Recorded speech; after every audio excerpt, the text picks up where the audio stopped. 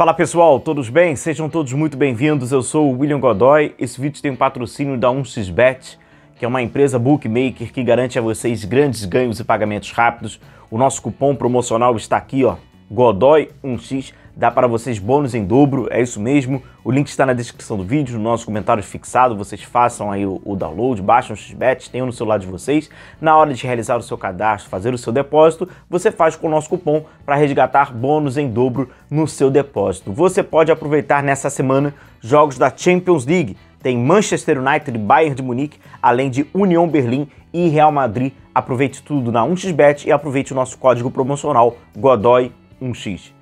Bom, galera, vamos falar um pouco sobre esse mercado, vamos falar sobre algumas notícias. O Tite, né, acabou ali, vai observando, vai diagnosticando ali um problema que o Flamengo tem no elenco. Com isso, entra mais uma posição para essa lista de interesses do Flamengo ao longo do mercado. Não se esqueça, amigos, de deixar o seu like, deixa a sua curtida também, de se inscrever no canal para acompanhar aqui as notícias, informações, análise e opinião.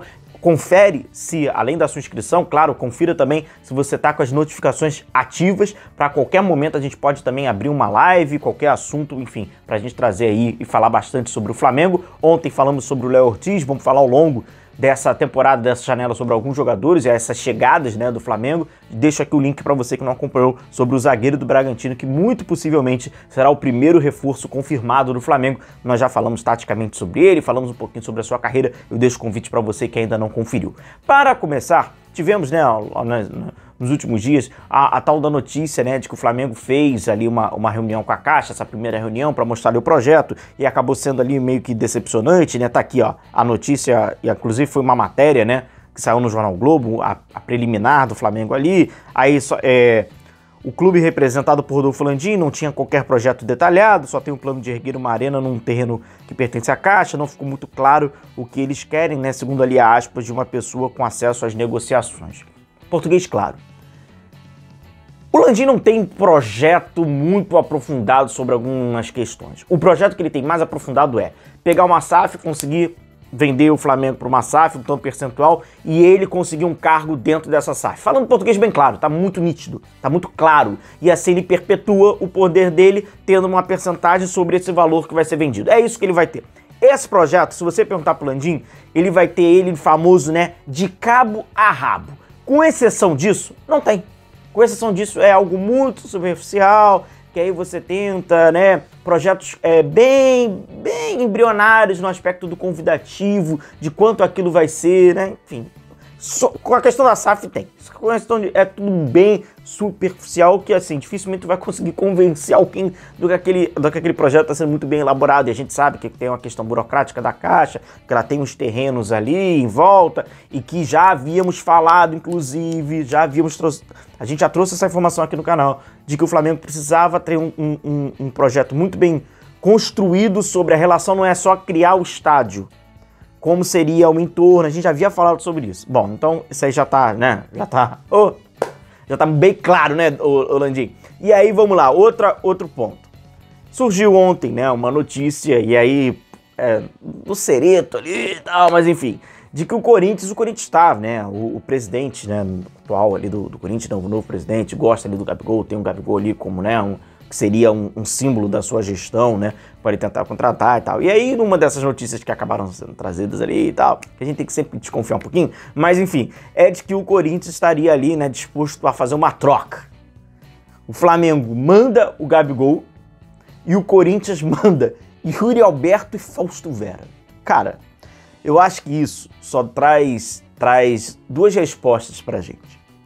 A primeira, o Gabigol o Corinthians querer o Gabigol, se interessar tanto pelo Gabigol, eu acho que o Gabigol tem que se sentir lisonjeado. Afinal de contas, um dos maiores clubes do país, não tá vivendo hoje vive um mau momento, mas jogar pelo Corinthians. Poxa, não tenho o que dizer, bacana.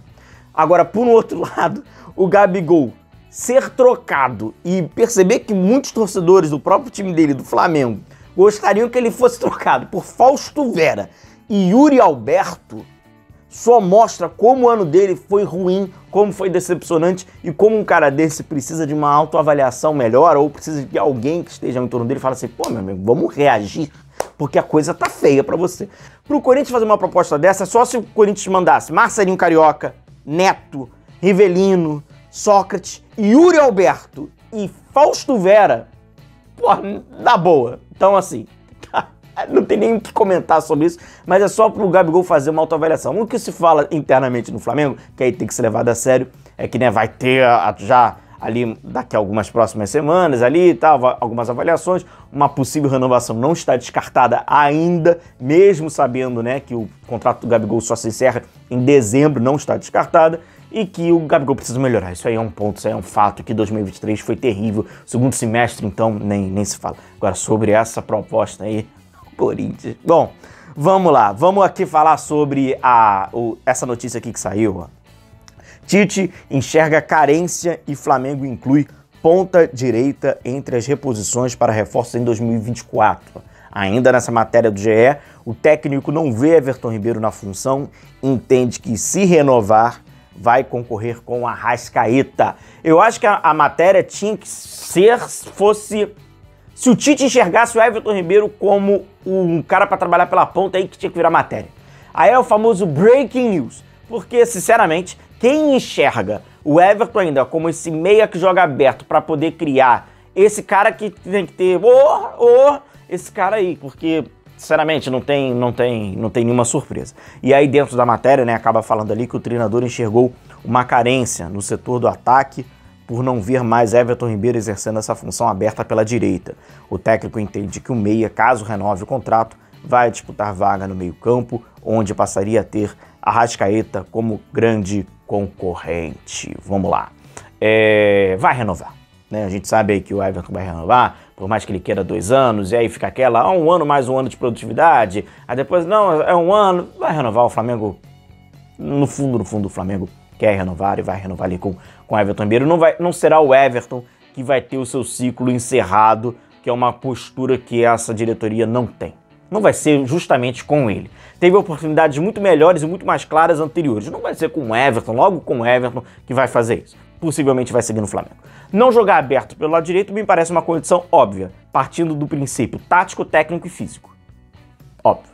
Jogando por dentro, sendo reserva do Arrascaeta, né? E o Arrascaeta ali, aí sim a gente pode trazer o reserva do Arrascaeta. Porque não tem condição do Arrascaeta bem fisicamente ser reserva do Everton Ribeiro, até porque o Arrascaeta é muito mais decisivo, é muito mais desequilibrante, é muito mais inventivo, tem o último passe muito melhor do que o Everton Ribeiro, tem a chegada dentro da área muito melhor do que a do Everton Ribeiro, tem a finalização muito melhor do que a do Everton Ribeiro. Eu acho que o Everton entra para uma área que ele pode ali tentar algo, mas não é o seu forte. Não é o seu forte.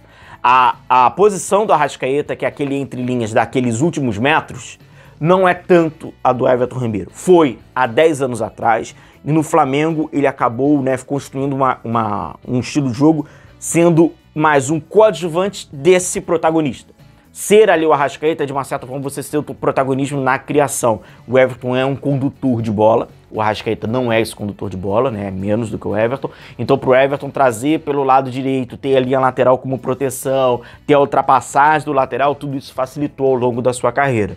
Eu acho que para o Everton Ribeiro continuar no Flamengo, ele precisaria de uma certa, mesmo com todas as limitações que hoje elas existem, para ele conseguir competir, ele precisa se reinventar. Entre as suas reinvenções, conduzir o mínimo possível.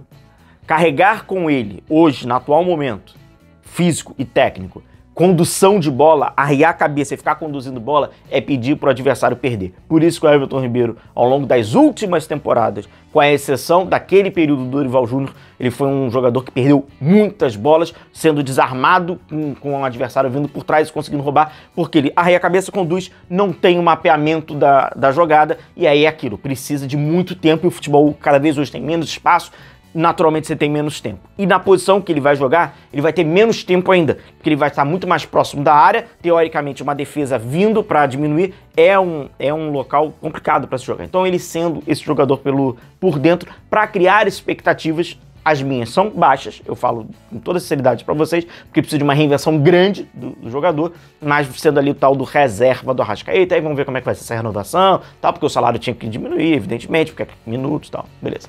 Lado direito. Isso aí que o Tite está enxergando, né, como essa carência, né, que tá nessa matéria, é aquilo. O Flamengo hoje ele tem o Luiz Araújo, mas não é de hoje. Inclusive, quando a gente olha ao longo das temporadas do Flamengo, a construção desse elenco, o Flamengo não tem o ponta direita, né? ao longo do tempo, tentou ali, Michael, tu joga na esquerda, beleza, tenta ali o lado direito, e aí quebrou o galho ali e tal, não sei o quê. Tem uma certa, né, carência há um bom tempo. O que diminuiu essa carência era a não tão necessidade assim, taticamente, de ter o ponta direito, porque muitas vezes o Flamengo usava o lateral para descer, era o Everton não trabalhava com esse ponto, era meio de construção pelo meio espaço, e com isso então precisava sempre de um lateral para fazer aquele movimento, porque se o lateral não fizesse, não teria ninguém para te dar profundidade. Hoje tem ali o Luiz Araújo, o Tite gosta de utilizar bastante esse 4-1-4-1, utiliza também esse 4-3-3, que realmente tem ali aqueles pontas.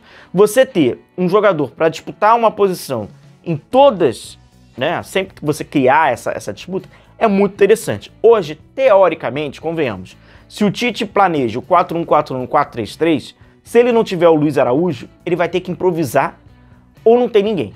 Entre essas improvisações, inclusive tem uma que, na minha opinião, foi muito ruim, inclusive não a improvisação em si, mas a manutenção dela, foi a tal fatídica improvisação do Bruno Henrique contra o Atlético como um ponta-direita. Um horror. Um horror. Né? A gente via nitidamente que tinha alguma coisa esquisita ali. Então, o Tite deve ter observado que, se ele não tem o Luiz Araújo para fazer aquela função, ele não tem mais ninguém. Porque os outros jogadores para fazer aquela função não são especialistas, longe de ser especialistas. A grande maioria ficam desconfortáveis, como o próprio Bruno Henrique demonstrou no jogo contra o Atlético Mineiro. No último jogo, ele colocou o Cebolinha de um lado e botou o Bruno do outro, e o Cebolinha atuando um pouquinho mais pro lado direito. O Cebolinha, que abre parênteses, jogou com o Tite na Copa América de 2019 por alguns jogos pelo aquele lado direito, mas também não é a especialidade deles. Então aí o Flamengo vai enxergando e o Tite vai diagnosticando, na minha opinião, me perdoa, o óbvio, tá? O óbvio. Não tem, vai ali no mercado, beleza, porque vai encaixar junto com esse sistema, e trazer o Everton por dentro, né, para ver como vai ser o rendimento e se ele vai conseguir se reinventar, porque precisa melhorar muito para ser esse jogador do último passo. Beleza, galera? Um grande abraço aí a todos vocês, continuem se cuidando, a gente vai se vendo por aqui. Um abração a todos, tamo junto, tchau, tchau.